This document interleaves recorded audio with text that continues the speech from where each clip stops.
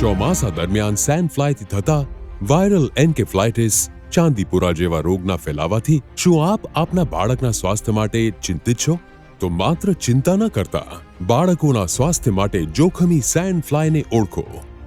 ઘરની અંદરની બાજુએ તિરાડોમાં, દિવાલના નાના છિદ્રોમાં, કાચી કે પાકી દિવાલ પર કે ગ્રામ્ય વિસ્તારોના ગાર લીપણવાળા ઘરમાં અને ભેજવાળા વાતાવરણમાં જોવા મળે છે.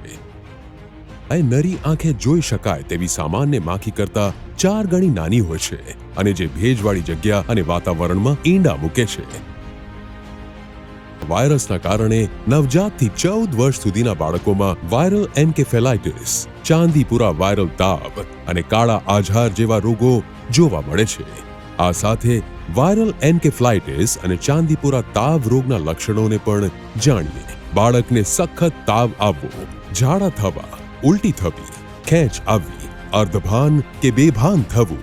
સેન્ડ ફ્લાયથી થતા રોગોથી બચવા માટે ઘરની દિવાલોમાં અંદરના તેમજ બહારના ભાગમાં રહેલ છિદ્રો તેમજ તિરાડોને પૂરવી તથા ઘરની અંદર શક્ય હોય ત્યાં સુધી સૂર્યપ્રકાશ અને હવા ઉજાસ આવે તેવી વ્યવસ્થા કરવી. 14 વર્ષ સુધીના બાળકોને જંતુનાશક દવાયુક્ત મચ્છરદાનીમાં સુવાડવાનો જ આગ્રહ રાખો. બાળકોને ખુલ્લા શરીરે ઘરની બહાર કે આંગણમાં રમવા ન મોકલો.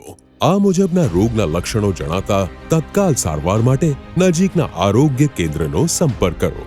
સંવેદનશીલ સરકાર વડીલોથી લઈ બાળકો સુધી કરે છે સૌની દરકાર. આવો આપણે સૌ સાથે મળીને સેન્ડ ફ્લાયથી થતા રોગચાળાને હરાવીએ. આપણા બાળકોને તંદુરસ્ત રાખીએ, જાગૃત થઈએ, સ્વસ્થ રહીએ.